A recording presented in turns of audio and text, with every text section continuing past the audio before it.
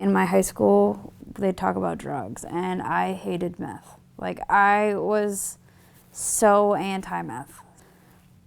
And one day I just was like, oh, I'll try it. Like, I'll try it.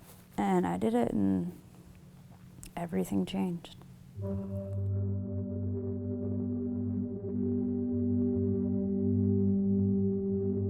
I started using it when I was 12 years old. I stole it from my father. I brought it to a high school dance. I was the little scared, little skinny stick kid in the corner, not wanting to go dance with any of my classmates or anything. As soon as that stuff went in my nose, I was Superman at 12 years old. When I was 15 years old, I was on a quest to be different, and I wanted to go out and just discover every single possible thing I could that was gonna make me different. I did not want to be fat. It was a huge obsession. I would wake up in the morning and do push-ups, I would go running, I would do everything I could until I found meth. And when I found meth, it made life so much easier because all of the benefits that had come along with it. It was fun. You get that feeling when you first start taking that drug. Everything just seems new and fresh, the excitement, the colors, the vibrance, the smells. And then in a short time, it's dark, it's nasty, you can't talk to nobody, and you find yourself contemplating suicide and attempting it. Your only priority when you start using meth is meth. That's all you want. You don't care about anything else. You literally don't care. You lose everything. After that first use, it was all I could think about. It was in the back of my head all the time. It was just an awesome, euphoric feeling that I never got again, ever. Once you start doing it, if you're feeling good about yourself, it's gonna make you feel better about yourself. If you're feeling bad about yourself, it's gonna make you feel better about yourself, no matter what. But then there's that time when it clicks over. And once you start needing that meth and can't get it, you're gonna do things that you probably would have never thought about doing. It could turn a normal person into a demon within a matter of days. It will strip away your soul. When you get to stealing from your mom and your children, and my kids would go without Pampers and stuff, and you know, that's what it did to me. I would steal anything that I could pawn off, anything that I could pawn off from anybody. I've seen people sit there who are so badly addicted to it, smoke the meth in their living room while their 1 and 2 year old running around right in front of them. Kids are playing in the cloud of smoke. I've seen people hoard their bodies out. I've seen people just give up their children just so that they can continue to get high. They just don't care, leave them. People that I loved getting shot at. Seen people set on fire, stabbed, killed. I am ashamed of the things that came after, of the stealing and the lying and the prostituting myself. Those are the things that I'm ashamed of. I'm ashamed of the things that come with that addiction. As it got worse, it just kept taking, and pretty soon my family left me. My daughter passed away. I lived on the street or wherever somebody would let us in to get high for the night or take a shower and hide out during the day. And at night I traveled all through the city. Friends that I met that were going to college at USD or other colleges, they were normal. I'd come back and visit them 2 weeks later, and their lives were totally devastated. Shooting up with cocaine and meth mixed together. When I tried to get out of it, a couple guys took me to the cornfield and stuck a gun to my head and told me, "You're not gonna stop. We're gonna put you in that cornfield." And that's right here in South Dakota. She sat there and she offered their 14-year-old daughter. 14-year-old daughter. And the guy gave her an ounce and he raped that little girl.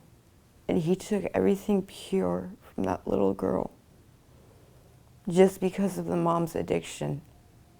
Something the little girl never asked for. And it breaks my heart because I can relate to that so much. And it happens every day. And that's how powerful this drug is.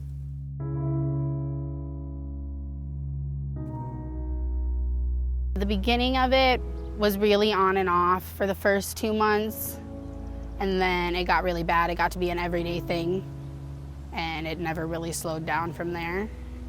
No one tries meth thinking that they're gonna become a meth addict. Everyone thinks that they're gonna do it one time just to see what all the hype is about, and that's not really the case at all. The drug just takes control right away. You don't notice it instantly after that first use until you come down and it's a couple days later, and then it's all you're thinking about. Meth has a tendency to lie, like real quickly.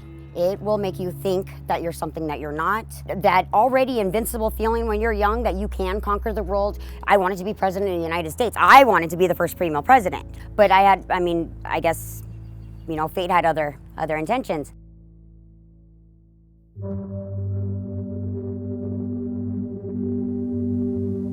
It's cheap, it's easy to make. You want to see the worst in somebody? Do it. You want to meet the devil? Do it. It's discreet in the very beginning, and it's right under your nose half the time, right under your parents' nose half the time. It's right there, and it's kind of quiet. Changes you more than any other drug does. It makes you a stranger to everybody that's known you your whole life. I think we missed a lot of time doing things together, and I couldn't trust her. I didn't want to be around her because of the things she was doing. I didn't want her bringing it here. You don't expect your own kid to steal things from you, I remember people telling me that, or counselors, that she needs to, before she's ever going to figure this out, she needs to hit rock bottom. Being 5.5 months pregnant, weighing 120 pounds, took off from my family, just left my kids and their father in the dust, pregnant with his child. I had a duffel bag. I carried a bottle of water in there, change of clothes, and a needle. That was what I had. I planned on how I was gonna take my life. Meth told me it loved me. My best friend, it was my lover, it was my everything. My mom told me she loved me, but I couldn't believe that. And I didn't always feel that way. It wasn't until I started doing drugs. And so it robbed me of that. And now she's gone. And I can't ever get that back. That was the biggest thing that ever took, his time. Every time I would use, every time that I would pick it up, I would be so mad at myself. I hated myself. I was disgusted with myself that I was still using this after everything that I had been through and after everything that it ruined for me. I couldn't put it down. Takes your family, every family member, your friends, your high school friends, the ones that you were actual friends, they're not there anymore. You may think that you have the control, but you don't. You never will. Stay away from it. It doesn't make you cool. It doesn't. Look at me. I'm 27 years old. I have to get dentures. You don't ever want to try it because once it gets you, it's got you. It's tough to get out. We can heal, but for a young person to do it, it's harder because it's a demon, what it is. It's a demon. It just changes your whole perspective of yourself. You have no more self-confidence. You just think that you're this horrible person, but using makes that all go away.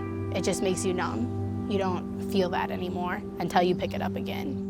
You don't go back to who you were before after you're done partying. There's no going back. You're never going to be the same person after you use it. And the minute you try it, that's your life.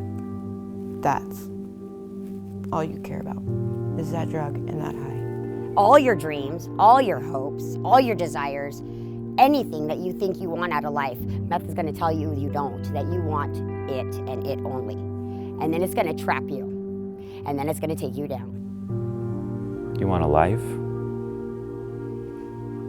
You like yourself? You love yourself? I would run. Run as fast as possible.